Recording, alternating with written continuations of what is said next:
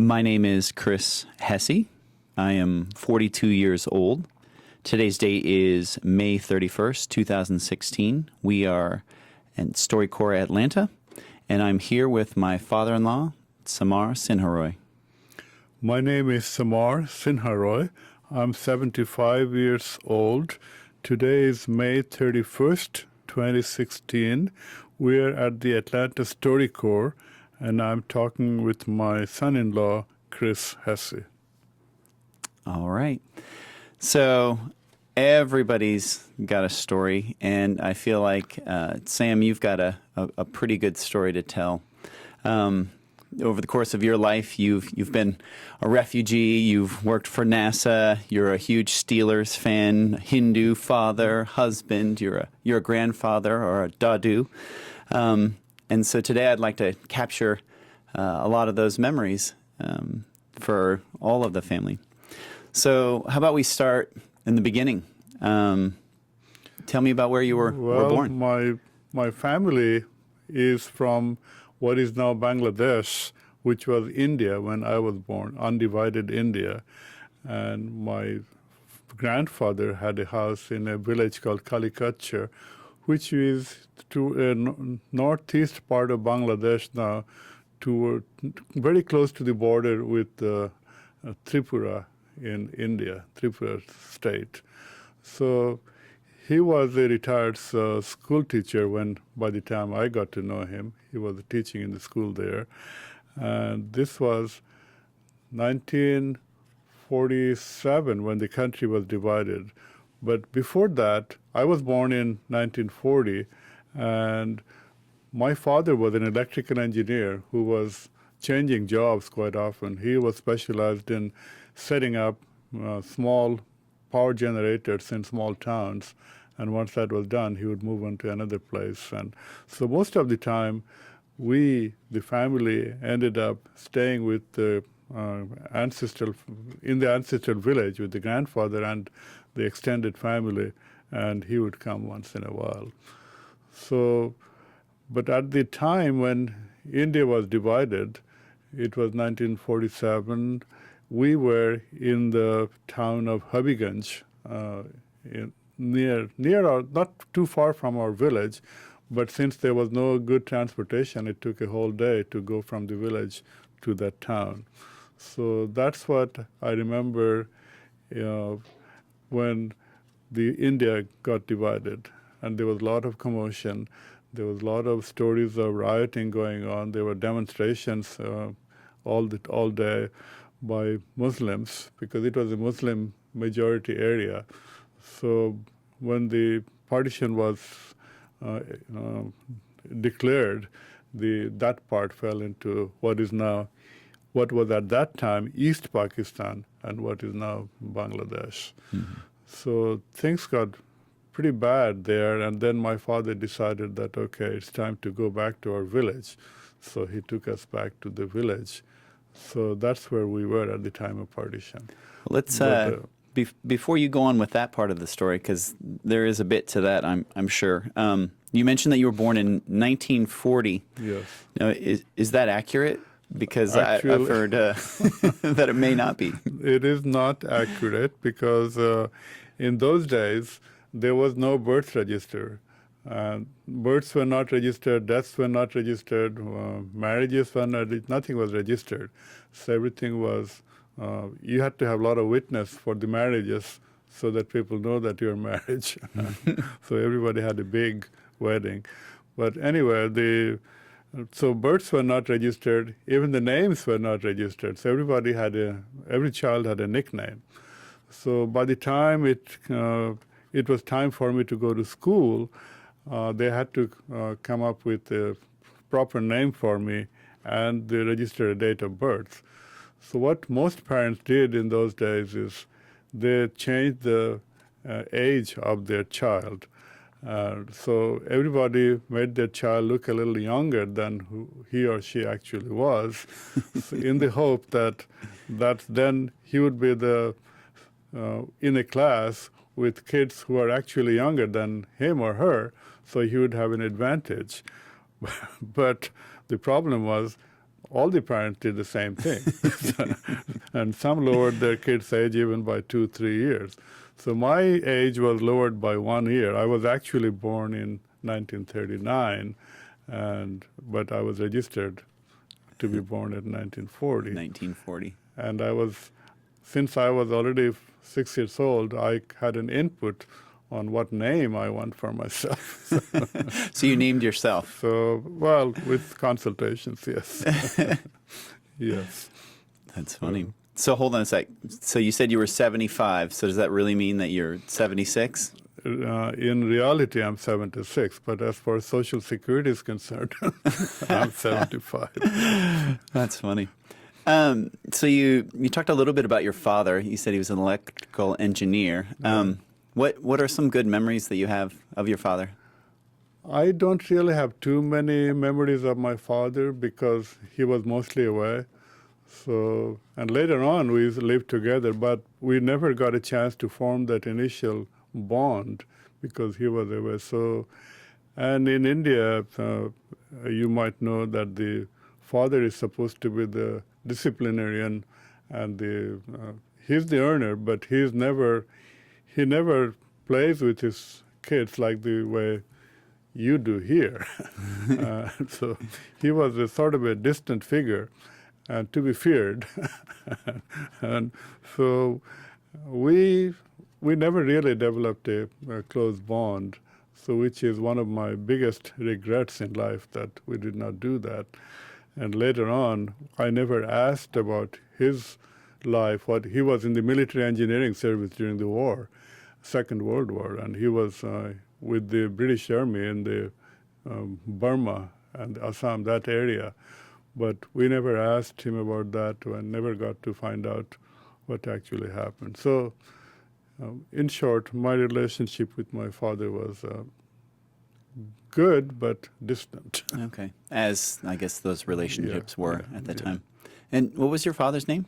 Bhaktibrata Sinha Roy. And what did you call him? Baba. Baba. Yeah, I figured That's a common term from Turkey to India all the way. The children call their fathers Baba. Baba, yeah. Now, what was your mother's name? My mother's name is Madhavi Sinha Roy, and she was from a neighboring town, of course, where marriages were arranged at that time. So she came to my grandfather's house at the age of 18, I believe. That's when she got married. So she was just about ready to finish high school. But my grandfather was very big on education for women. So he actually made sure that she finished her high school education after marriage. So she did finish it. So they got married and then she then she finished her school. Okay. Wow. So what are some memories that you have of your mother? My mother was the closest person to us. So all the children were close to her. So whenever we wanted to say something, we would go to our mother, not to our father. And then she would relay it to my father. So she was a fantastic lady. She took care of us and, of course, did all the cooking and cleaning and everything. And she was just overall a very, of course, in India or in other Eastern countries, we don't have that affectionate relationship like you have with your kids. Like there was no hugging and kissing and all that. but we knew that we were loved, and it was a very good, very pleasant memory. That's great. And lots of uncles and aunts and cousins. Yeah, and I guess one thing that I've learned through being a part of your family through the last, I guess, 15 years or whatever it's been, is it isn't like it is here, where it's just, the grandparents and then the kids and then the grandkids. It is a huge family. So all the aunts and uncles are brothers and sisters, and that's something we don't use the word cousin at all. We call our cousins our brothers and sisters. Yeah. So there is no equivalent word for cousin. Right. And that's, I can really appreciate that. I really enjoy that about the family. So growing up, before I guess up to partition, what was a typical day like for you growing up? Yeah, we just played around all day So here's until here. I went to school there. But the school was about a mile away. We used to walk to the school with slates in our hand. I don't know if you know what a slate is. Describe it for us. I mean, Yeah, I do, but it's a small blackboard, framed blackboard. With it can fit in your book bag. We didn't have a book bag, but we used to carry it, and we used to carry a chalk with you, so you could write things on your slate. So in class, when the teacher is teaching you, he would ask you to write the letter A or Bengali word O, which is equivalent to A, and or the numbers when we were doing math. Everything was done on the slate, so we could do it and then erase it. so it's kind of like an iPad for 1944. No. I guess a crude version of it. No. So here's like my vision of you as a small child, 4 or 5 year old, and this is just surely based on my experience living in Bangladesh for 5 years and having been to India a few times. I see a small Sam Sinharoy running around barefoot, Barefoot, yes. climbing mango trees. Yes. My favorite tree to climb was the betel nut tree because it was thin, not as thick as a coconut tree, and the surface was smoother. So we could climb up pretty high on that one. That was, we all used to do that. And we used to climb on mango trees and guava trees and get guavas and mangoes. There was a jackfruit tree on the compound. So there were all kinds of trees. And there's one, my grandfather had a closed area like an orchard where there were lots of fruit trees. And there was one fruit in a huge tree, and the fruits, it had lots of fruits. The fruit is called chalta in Bengali. It's looks like a squash, and if you take up the skin, inside it's very fibrous. And you cannot really eat it, but you can make good chutney with it. So Bengali ladies used to make chutney, and that tasted very good. So when I was, 7 or something like that, one day my friend, who was my age, and I decided that maybe we can make some money if we gather some of the fruits from under the tree and take it to the bazaar and sell them. So we got a basket from the house, and we gathered about 8 chaltas in that basket. That's all we could carry. So we took it to the bazaar and sat down next to all the other vendors trying to sell that. And so people came and asked us how much was the price, and we told them the price. They said, no, it's too much, so they left. So finally, all of a sudden, out of the corner of my eye, I see my grandfather coming from the other side with his walking stick. So as soon as I saw him, I said, okay, we have to go now. So the next person came. He said, how much? We gave him a price. He said, no, we'll give you, he quoted a very low price. I said, yeah, please take it. So he took it, and we ran with our basket with that little money. So when we reached home, near the front area, my brother was sitting. He is 2 years younger than me. He was waiting for us. And we told him that we got some money, and we'll go to the store and get some biscuits. I told him, you wait here. My friend and I, Tapas, I said, we'll go and get the biscuits, and we'll bring some for you. So we went and got a small package of biscuit with the money, and we started eating. By the time we got back to my brother, the biscuits are all gone. Oops. So he was very upset. He ran home and complained to my mother, told her what we did. So my mother called us, and we got scolded, but nothing more than that. Wow. So that's it. That Did was she didn't praise you for your entrepreneurship? No. Yeah. kids from families like ours didn't do that kind of thing. Okay. Yeah. So we went way below our class.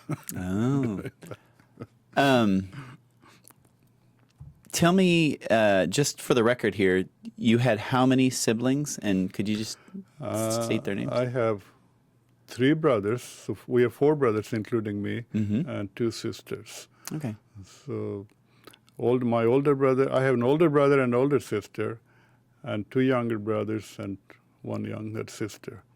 Okay. So the closest one to me is my brother who was waiting for us for the biscuits. His name is Naru. Mm-hmm. So he's 2 years younger. Yeah. That's great. You started to talk a little bit about the tensions between, well, obviously there was partition in 47, and then they divided India. So we had West and East Pakistan, and then India.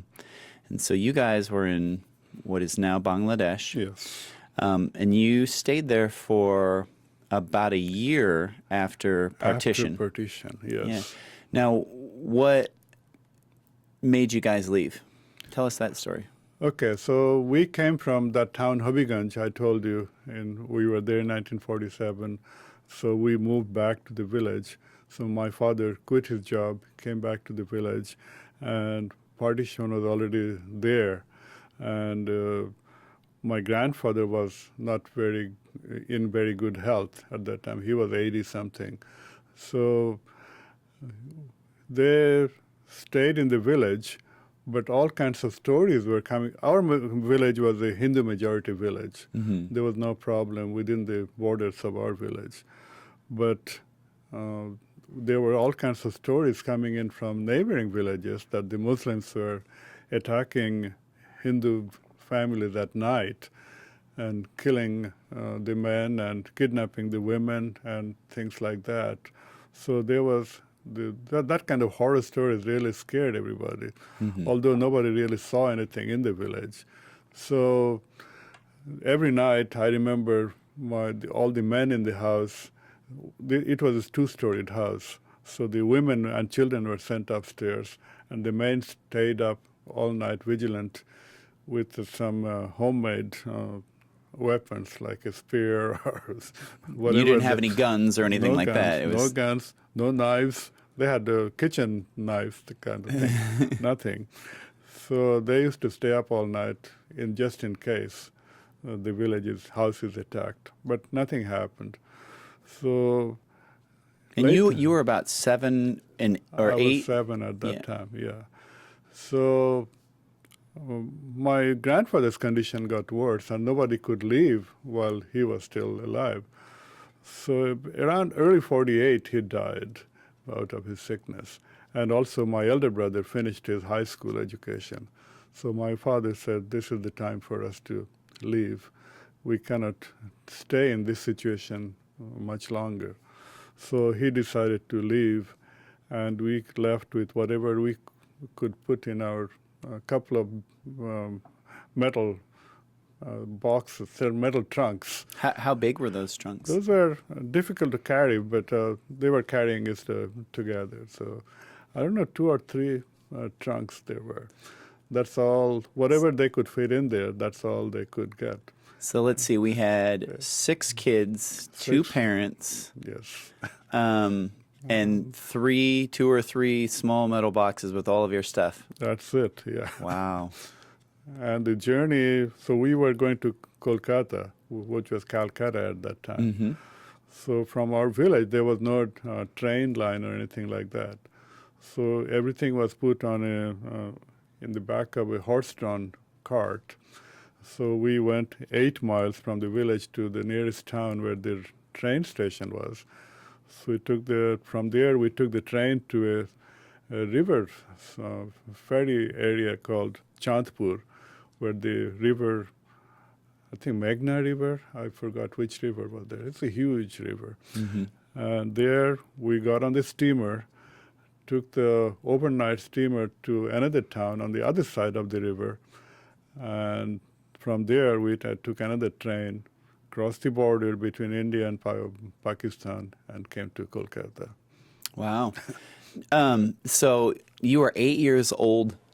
What kind of emotions and feelings? I mean, what do you remember about leaving? Were you afraid of the unknown, or were you afraid for your life living there, or was it just you're an 8-year-old, you're No, on a I trip? was not really afraid. I saw everything, heard everything, but I was not really afraid because I knew I'll be protected. Hmm. At least I hoped I'll be protected by the family members.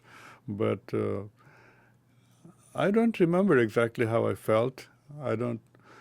Uh, yeah, I just don't remember it. I think I felt fine because I was with family. Yeah, you were So confident. yeah, Yeah. I was fine. Now, I seem to recall there was one part of the trip that you were a little bit worried as a child. Yes, because at the train stopped at the border, and the Pakistani police or border police entered the train and they went from into every compartment. And we had heard stories of atrocities being committed in those trains at that point. But I think 2 or 3 officers came to our compartment and asked to see what we were carrying. So my mother had to open the trunks and show them because they didn't want anything to be taken from the country that was not being used, not for personal use. Hmm. And my mother was wearing all her jewelry. Nothing was in the trunk. And she was pretty well covered, so she didn't really know what she was wearing. And they didn't ask for any sort of like baksheesh, like They didn't. bribes, No, or as far as I know, they didn't. okay. So they looked at everything. Then there was one very nice bedspread, and they said, "This is new. You cannot take it." so my mother had done some stitching on that bedspread, mended something. So she showed it to them, and they said, "Look, this is not new. This is old." So they said, "All right." So they let her take it. So that was the only point I was really afraid when I Okay. saw those guys in the train. But Wow. So you made it all the way unscathed, no problems, and here you are in Kolkata. that's right. Um, We were refugees. We had no place to go. We had some relatives there, but nobody has a big enough house to accommodate us. right. So we stayed in a hotel where my uncle was also staying. He was a bachelor. He was working and staying in that hotel. So we stayed there for a couple of days. Now, was that your My your father's brother? Okay. brother, father's youngest brother, yeah. Okay. So my mother's 3 brothers lived in a town about 300 miles from where we were, from Calcutta, in a different state called Bihar at that time. Hmm. The town was Ranchi. So her brother, the youngest of her 3 elder brothers, said, "You can stay with me." So he was married and he had a family. So he said, "You can stay with me as long as you need to until your husband finds a job." Now, was that common? Because I feel like once a family member, a daughter, I guess, is married off, it's not the family's responsibility anymore. It was not his responsibility at all, but he offered it, and there was no other place to go Wow. to. So we went to Ranchi, and we were accepted just as family members. I don't remember having any difficulties there. So we were there with them for almost a year, and I started going to school there. And after a year, then my father found a job in another town in another state. Town was called Puri. It was on the seashore. So that's where we moved after a year. But in the meanwhile, during that year, the old brother was able to support all 8 of you and his family. My mother's brother, yes. Yeah. Yes. Yeah. No, Wow. my elder brother was in college in Kolkata. Yes, because he had just finished high school in the village. Sorry, that's So what that's he what- entered college in Kolkata. So my father's youngest brother, who was in a hotel, Mhm. he took care of him. Oh, okay. Okay. Wow. So you went to Puri. You're about, what is this, about 9 years old, almost Yes. 10. Yes.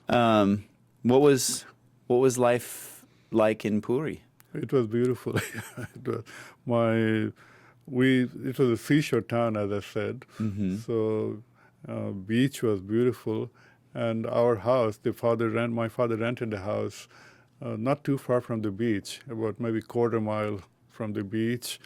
So it was a very nice street, very nice area. Governor's house was not too far from there. And the position my father had in Puri as the resident engineer of the electric supply company there carried some prestige with it because everybody was dependent on electricity supplied by my father. So, And that's one big difference, I think, right? You had electricity in Puri, but when you were in the village, there was nothing. No electricity, no indoor plumbing, no water supply, no Wow. paved roads. So you had electricity. What were you plugging in? Your iPhone or? No, seriously though. Yeah, the light. Well, the light was the only thing. That was about it. Yeah. And the stoves were coal-powered stoves, so coal-fired stoves. So they had to fire it up every day in the morning. And later on, we got a radio, tabletop radio. So that was the only thing, other than light. Okay. No refrigeration, nothing. Wow. Well, so the first time I went to India, you took us to Puri, and yes. it had changed quite a bit from when yes. you were. Yeah, and I went there last year. It has changed even more, all for the worse, not for better, because too many people. Mm-hmm. It was a nice small town when we were there. Not too many people. There were no cars in the town. Cycle rickshaws were the main mode of transportation. And You want to bike. describe what a rickshaw is? A rickshaw is a three-wheeler Okay. where the driver sits in front and there are seats in the back. How should I describe it? What's the equivalent here? It's like a giant tricycle. Giant tricycle, Where yeah. you put people in the Two back. people can sit in the back, but a lot of times people squeezed in three. Mm-hmm. And so the rickshawala, as he was called, rickshawala would take us from wherever we were to wherever we wanted to go. And you always haggled over the price prices, because there was no fixed price. The first rickshaw I ever rode on was in Puri in 2000. Oh, yeah, that's right. 2004 or 5. 2004. Yeah, December. A memory I have of Puri, and I don't know if they had these when you were growing up, but when we were swimming in the sea there, do you remember the lifeguard? Yes, yes. He had a trident, Yes. and he also had a white pointed Hat. cap. Yeah, Yeah. and I just thought it was the most ridiculous thing. That's the hat that distinguishes him as a lifeguard. Okay. So they are licensed by the city to work as lifeguards, but they only work for people who hired them. Okay. They are not hired to protect everybody. Oh, that's right. And you did hire them to protect me. I remember. So, because because I almost drowned once, so that I didn't want that to happen again. Yeah. It would have been, there were so many theories. Like we thought he wore the white cap so that he could cut through the waves, or that while he was out there swimming, people could see him. I had no idea why he had trident, nothing but like that. that was. I have a picture with So that lifeguard. that shows that he is a registered. We call them nulias, the lifeguards. Yeah. Okay. How long did you spend? How long was your family in Puri? Puri, we went there in 1949, and I graduated from high school in 1956, then went to two-year college in Puri, so 1958, and that was the end of my Puri life because there was nothing more for me to do in Puri. So I had to move to some other city if I wanted a higher education. Before we talk about that, though, tell me a little bit about, because I know that you make donations every year to CARE. Yes. And there's a reason that you make those donations to CARE to this day, which I think is pretty neat. CARE, yes. CARE used to distribute food to the poor in Puri, and the organization that was responsible for the distribution was Ramakrishna Mission. It's a Hindu mission. that they have libraries, they have ashrams where you can go for Vedic studies, and they have missions for helping people. And so CARE selected them to be the distributor of their foods. And these were large cans of milk powder or butter and things like that. So the person in charge of the mission was also a good family friend. So once in a while, he would send us a few cans of those milk powder and butter From CARE. from CARE. So that's pretty neat. So which came in really handy for us. We were not poor, but we were not rich either. We were just, my father was living from paycheck to paycheck. So any extra help was useful. Yeah, and I remember you talking about how getting real milk that wasn't watered down was a That's hard right. thing. Yeah, so Dude. that left an impression on me. So once I had enough money to be able to give some back to them, I started doing that. So I've been doing that for several years now. Oh, that's I great. don't give big amounts, but Well, the fact I that give that. it I left give that every- impression on you and yeah. had an impact on you as a young person. So 2 years after you were in Kolkata, where you finished your bachelor's. I finished my bachelor's degree with physics major. Okay. Then I did my master's with physics. Mm-hmm. Then I got a job in the suburb of Calcutta in a very nice college, very good college, reputable college, run by Ramakrishna Mission, the same mission. Uh-huh. And so I started teaching their physics as a lecturer. I was there for a year and a half. Before, then I came to this country. And what was the epiphany? Why did you want to leave? Because as I understand, it was a comfortable job. It was a comfortable job, and if I stayed there, I would be living a pretty good life now. But the thing is, I kept asking myself, is this what I want to do for the rest of my life? Teaching undergraduate physics. And although I was enjoying it, I thought I needed to do something more than that in my Yeah. life. So my option was either to do a PhD in one of the local universities or come here.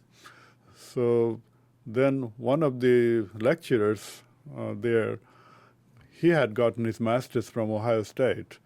So we were talking one day, and I said, I would like to really do my PhD somewhere else. So he said, oh, one of my friends, after finishing his PhD at Ohio State, got a job at St. John's University in New York, and he's looking for a graduate assistant. Would you be interested? I said, yeah, sure. So he said, okay, my friend is coming to get married, and when he comes, I'll introduce you to him. So he introduced me to his friend, and he agreed. After I talked with him, he said, yeah, it'll work out fine if you come. So he sent me all the application forms, and that's how we ended up And that's how you ended up in the in States. New York. Yeah. So you were at St. John's for 2 years, and then you transferred out to Brooklyn Poly, Brooklyn Poly, which is now NYU Poly. NYU Poly now. And what was life like as an Indian Yes. in Brooklyn back in the late 60s? Yeah, there were not too many Indians in those days. Now, of course, if you go to New York, there are Indians everywhere. But in those days, there were very few Indians. Indians who worked for the United Nations or for the Indian consulate, or if a few graduate students at Columbia and NYU, like that. So I was renting the basement of an Indian diplomat in Queens. Ah. And his son was also, I became friends with his son, who was going to school at City College in New York. So he had lots of friends all around, especially in the Harlem and that area, because City College was close to that. So I used to go places with him, and Okay. other than studying. Yeah. Do you want to tell the story about the party you went to? And I always get a kick out of this. Well, yeah, he was going to a party, my landlord's son, going to a party in Harlem. Was it Harlem or South Bronx? I don't remember, one of those places. So I went there. I was only a few months removed from India then. So I was there with him. So there were a group of people. They were all African Americans, and they were having a very good time. There was loud music playing, and they were dancing, and all. I was sitting in one corner in the sofa. I didn't know what to do. So one of the girls came to me. He said, "Aren't you going to dance?" I said, "I'm sorry, I don't know how to dance." She said, "You must be spending a lot of time with white people." And you couldn't deny it. I couldn't deny it. Actually, she said, "You must be hanging around white people a lot." Yeah. That's funny. So you finished up. That was your PhD. Yep. And you were having a difficult time finding a job. That's 72. Yeah. Yep, 72. And you had applied to a lot of different things, and eventually you kind of threw in the hat and said, well, I'm going to go back to India. And what happened from there? I know Germany was in your future here. Yes. Actually, I sent a few applications to German universities. And at the return address, I gave the return address of the physics department of Brooklyn Poly. There was a secretary there, Mrs. Kane, elderly lady. She was very fond of me. And so I said, "Mrs. Kane, I'm going to India, but you may get some letters from Germany. And if it's a reject letter, just throw it away. And if it's an appointment letter, then please send it to me." So when I was in India looking for a job, all of a sudden this letter came. So that was from Germany. Okay. And this is pretty amazing to me. It was an invitation to come teach physics lab. Yes. Do research and teach physics lab on the side. In Germany, and you didn't speak German. I didn't speak a word of German. So they said take a semester to learn. They said, "We know you don't know any German, so we'll give you a semester. You just do your research during that semester. But next semester, along with your research, you'll have to also teach the lab." Wow. And so you learned enough German to be able to lecture in German. Yeah, because I was hanging around with Germans most of the time, other graduate students, so I picked it up pretty quick. Better than your dancing. I bought a TV and looked at the German shows and tried to understand. So by the end of the semester, I was pretty good. Wow. Just out of curiosity, how many languages do you speak? Or did you speak? Did I? Yeah, German. You may have forgotten some. I spoke fluent German. I even gave a lecture in the German Physical Society in German and answered questions in German. So I was really fluent. I don't know about now, though. And, of course, then I know my native language, Bengali, and English, of course. It's like my first language now. And then I learned the Hindi, which is the national language of India. And the state where I went to school, that was a different state, Orissa. So they speak a different language called Oriya. So I had to learn that. I was fluent in that. So, and then after I got married, of course, my wife was Turkish. And in order to communicate with her family, I had to pick up Turkish. Wow. And now you're 75 or 76, and you're studying French, which is pretty amazing. I just signed up for French lessons, yes. That's awesome. So how long, let's see, you spent about 3 years in Germany, is that right? 2.5. 2.5 years in Germany. Then anything that stands out about Germany? I know the one and only time you've ever been hungover was in Germany. That was right. Made a big life decision there. That's right, yeah. I don't think you want to hear that. Not the details, that's all right. So, yeah. I had a hangover only there, and that was the worst headache I ever had. So I said, this is it. Never This again. is the last time I have this hangover. From then on, I never had it again. Well, and then you ended up in Rolla, Missouri, so back in the United States, and you've been in the United States ever since. How did you end up in Rolla, Missouri? Well, after I came back from Germany, I realized that in order to find a job immediately, probably my best way to do a postdoc again. I did a postdoc in Germany, but so then I applied for some postdoc positions, and Dr. Levinson in Rolla offered me a position. Okay. So that's where I went. And then you met your wife, Samahat, and then, of course, that's where you started The rest is history. The rest is history, yeah. We're going to wrap things up here, but I wanted to ask you, we were talking a little bit about this yesterday, what qualities in you do you think stand out based on, how all of this wonderful adventures that you've had over your life and all these different places? What do you think stands out as the qualities that have kind of shaped you? Well, the thing I realized that you should not be afraid of change. You should not be afraid to go to new places. And even if it involves learning different languages and learning to eat different food or meeting different people, you should always have that courage to go wherever life takes you. So don't say, okay, I'm not going to go there because who knows how I'll be treated there or who. Of course, Germany, I was very happy, but in Germany, you never feel like a German. You never feel accepted as a local.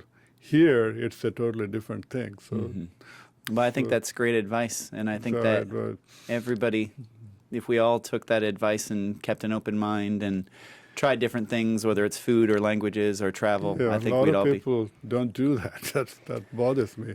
Yeah. So, well, thank you so much, Sam. I really appreciate your time and these great stories. Thanks so much. well, thank you for this opportunity to tell my story. So hopefully I told everything. Oh, we could probably do another one. Thanks again. Sam, could you tell me how to spell puree? Puri? Puri. It's Puri. Yeah, Puri.